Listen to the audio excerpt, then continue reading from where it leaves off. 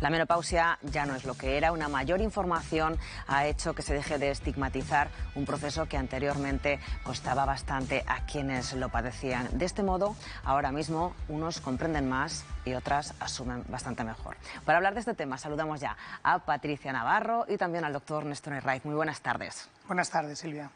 Pues es que, Silvia, has dicho además algo muy importante. Fijaros, 2,5 millones de españolas tienen síntomas relacionados con la menopausia. Pero fíjense, 6 de cada 10 no se atreven a pedir suficiente información o hablan de estos síntomas con su ginecólogo. Por eso queríamos dar un poquito más de luz a este tema. Néstor, ¿ocurre esto? ¿Todavía hay mucho tabú a la hora de hablar de la menopausia? Buenas tardes, Patricia. Sí que hay tabú en estos momentos y sobre todo rodeado de una multiplicación de información, una información masiva que a veces es desinformación. Entonces lo que tenemos que hacer nosotros es romper los mitos que pueda haber en la sociedad, en algunos profesionales y lógicamente dar el paso o la confianza a las pacientes para que nos hablen de sus problemas, porque hay pacientes que piensan que en cuanto llega la menopausia su vida se termina. Por eso hoy queríamos dar un poco, ¿no? Y aportar esa otra cara también de la menopausia. Por ejemplo, en general, aunque sea breve, ¿qué síntomas tiene una persona que está viviendo menopausia?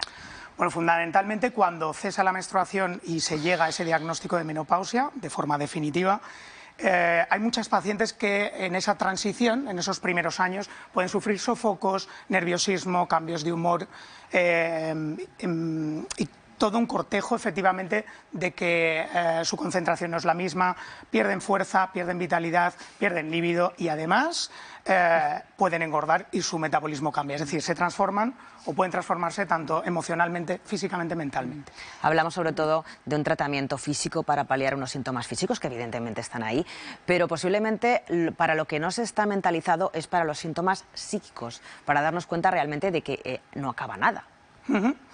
Claro, es una etapa que el 90% de las mujeres llegan a pasar por ella, lógicamente, porque nuestra salud es mejor. Entonces, es algo más de la vida, tenemos que adaptarnos a ella. Lo que pasa es que esos síntomas indeseables, bueno, pues la medicina ha avanzado y tenemos mecanismos, tenemos terapias naturales, tenemos terapias hormonales, que no hay que tenerles miedo, y todo un apoyo, tanto psicológico, profesional, como en los medios y en la sociedad, que debemos brindar para que esto sea mucho mejor. Y precisamente para que sea mejor vamos a ir aportando datos hoy en este especial sobre precisamente la menopausia. Vamos a dar algunos datos, por ejemplo. La edad media, ahora nos lo confirmará también el doctor, la edad media más o menos de la menopausia, él nos confirmaba en un 32%, aparece los 51 a los 55 años. Entre los 46 y 50 años estaría más o menos en torno al 47% de la población femenina. Cuando es precoz, estamos hablando de que la viven a partir o empiezan a sufrirla, padecerla o a lo mejor tener esos síntomas a menos de 40 años en un 6% aproximadamente, y la tardía, estaríamos hablando ya de más de 55 años, en un 2%. Pero la media, doctor, incluso hoy en día, porque en eso no se ha variado, estaría en unos 50-51 años. Efectivamente, sí. La media en España son 51,4 años. Y quizá las cifras de menopausia precoz, todo lo que va por debajo de 40, quizás sea un poquito menor a lo que está reflejado ahí, pero aproximadamente esto es así. ¿La forma de pasar la menopausia es también hereditaria? ¿También la edad? Habitualmente se repiten los patrones, pero no es lo mismo ahora que con nuestras abuelas, que lógicamente su salud era peor, su nutrición, su estado físico, tenían más enfermedades, menos acceso, no tiene nada que ver. Y sí que puede haber alguna tendencia genética mayor, sobre todo en síndromes, es decir, bueno, pues que se hereden algunas mutaciones que finalmente en una nueva generación pasen a más y tengan una menopausia precoz. Vamos a hablar precisamente también de, por ejemplo, estos síntomas que nos decía el doctor que pueden estar viviendo las mujeres, que por cierto, ahora nos confirmará cuáles son esos primeros signos. Pero, por ejemplo, en un 80% se viven esos sofocos, que son a lo mejor los más conocidos cuando tenemos menopausia. En un 67% estarían esas alteraciones del sueño, irritabilidad en un 63%, sequedad vaginal en un 54% y tal vez incluso a partir de los 55 años, precisamente dolores articulares. Entonces, por ejemplo, cuando hablamos de sequedad vaginal, él también ha comentado el tema de la libido, de la parte sexual. ¿Cómo se vive, por ejemplo, también, o qué influye en la menopausia en las relaciones sexuales? Bueno, pues en la transición precisamente la libido sí que disminuye por la disminución estrogénica, la disminución de hormonas, entonces hay menos deseo. También hay menos testosterona y no solo menos estrógenos, entonces hay menos fuerza, menos ganas por ese motivo hormonal. Y luego también hay unos cambios físicos en la mucosa vaginal, vulvar, de tal manera que hay menos lubricación, menos sequedad. Y es un círculo vicioso de menos líbido, menos apetencia y cuando nos ponemos algo de dolor por la sequedad.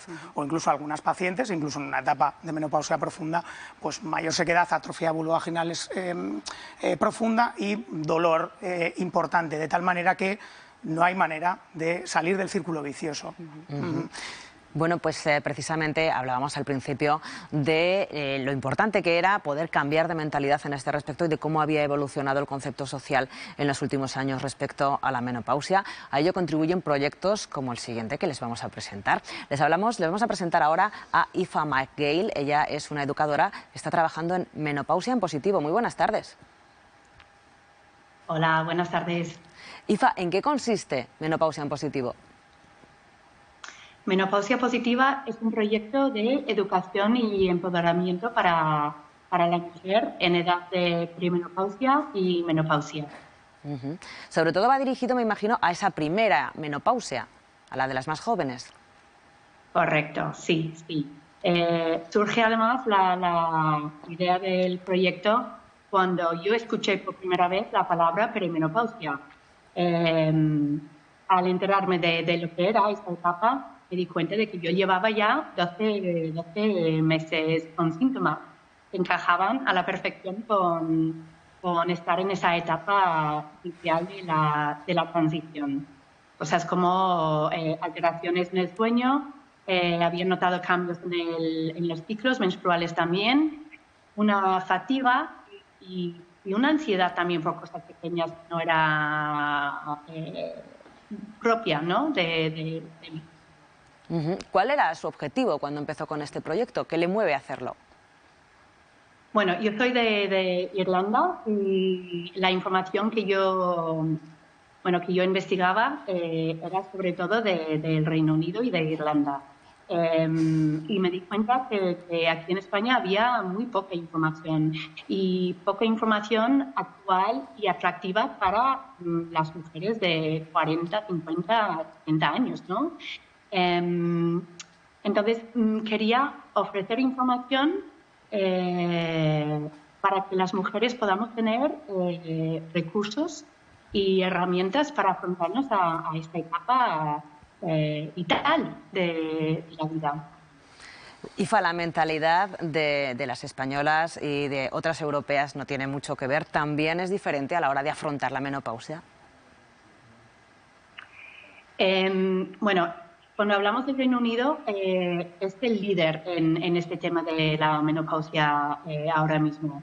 Entonces, llevan ventajas sobre todos los demás países en lo que es concienciación y educación sobre la menopausia.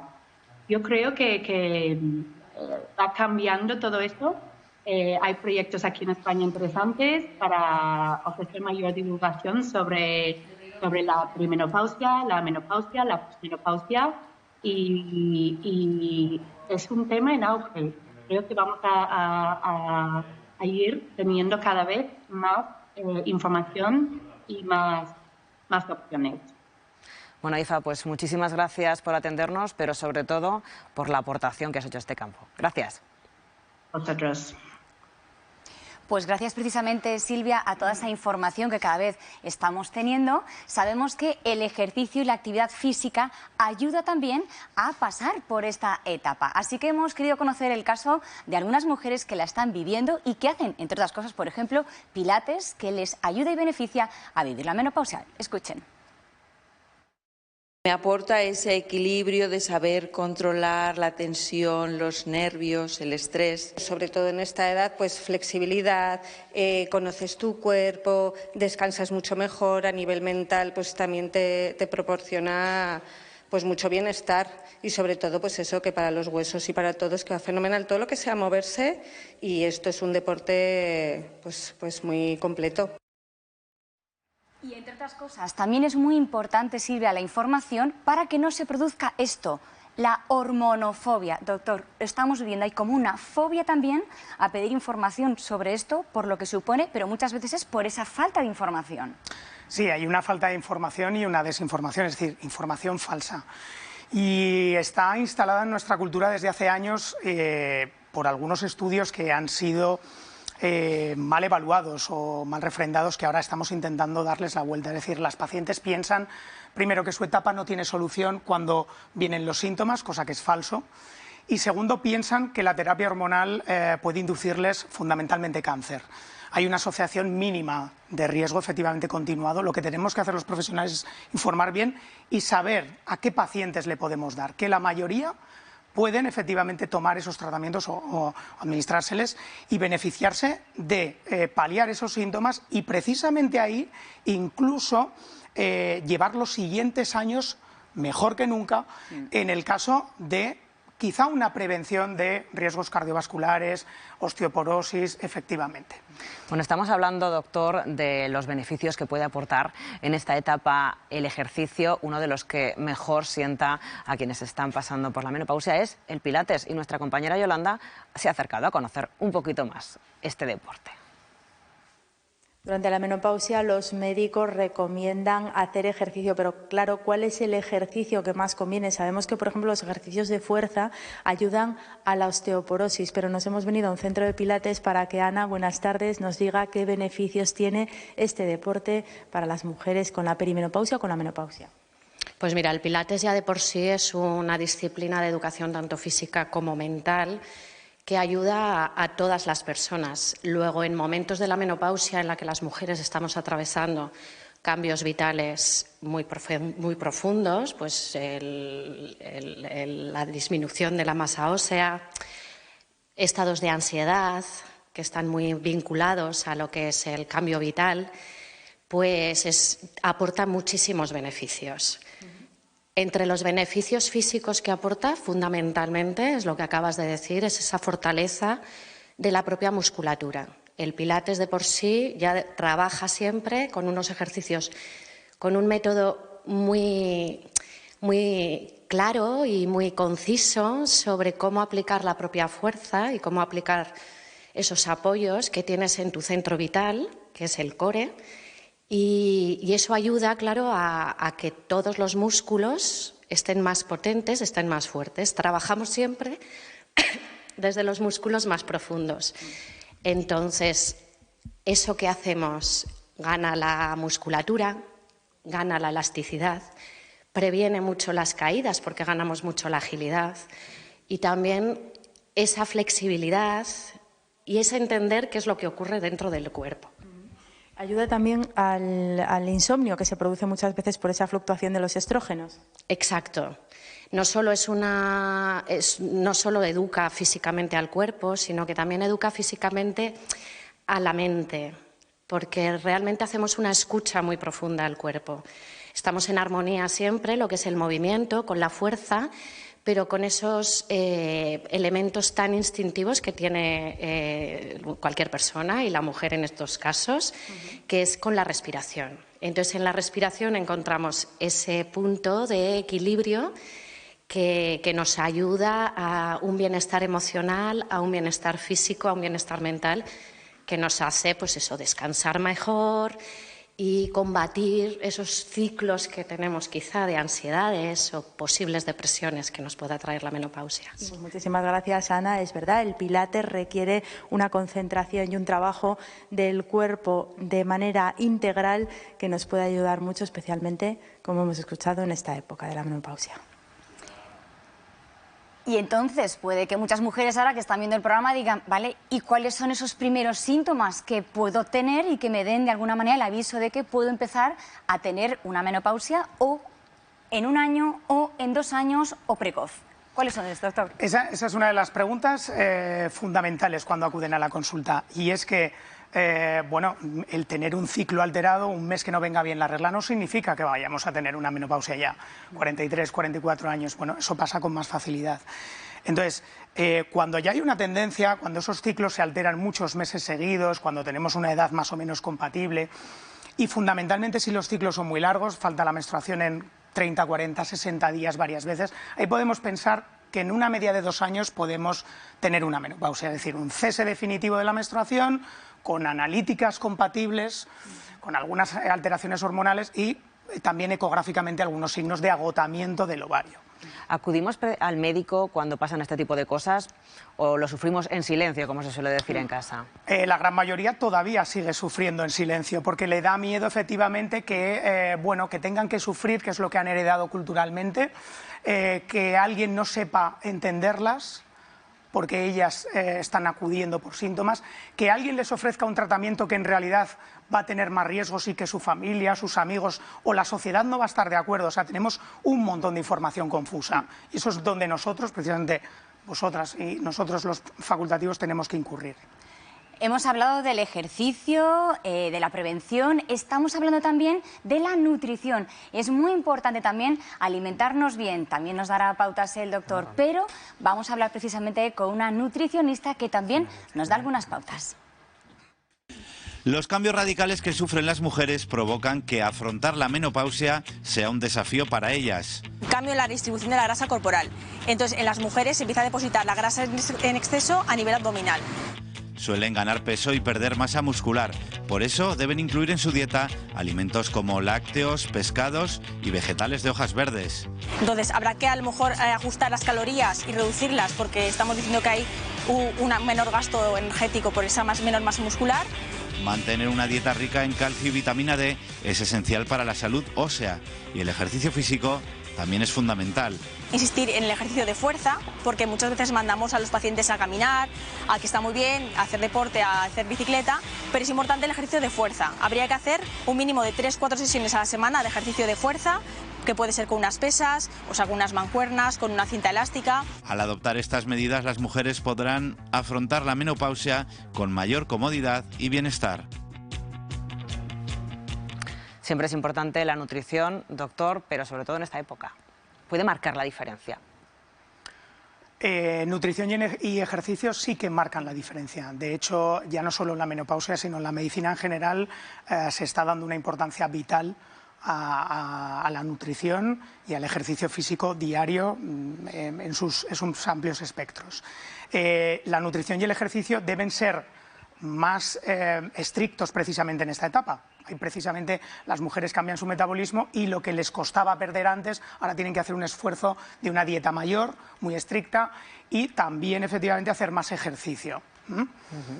Pues vamos a ver qué se sabe en la calle sobre la menopausia y cómo lo han vivido algunas aragonesas. Escuchen. Pues yo no. Mucha calor, mal genio y comer de más, ¿sí? Sofocos, sudoraciones, más cansancio, más fatiga. También hay cambios en el estado de ánimo, yo creo, bastantes frecuentes, sí. Depresión, sofocos. Que se encuentran cansadas, raras y tipo así. Mucho cansancio, algo de ansiedad. Problemas de huesos, alguien tiene problemas de sofocos, yo qué sé, cada uno tiene... Yo no tengo problemas. Bueno, pues ya hemos escuchado lo que se piensa a pie de calle, hemos hablado ampliamente de todo este tema. Muchísimas gracias, Patricia. Muchas gracias, y muchísimas gracias, doctor Herraiz, por aportarnos su visión sobre este tema. Gracias.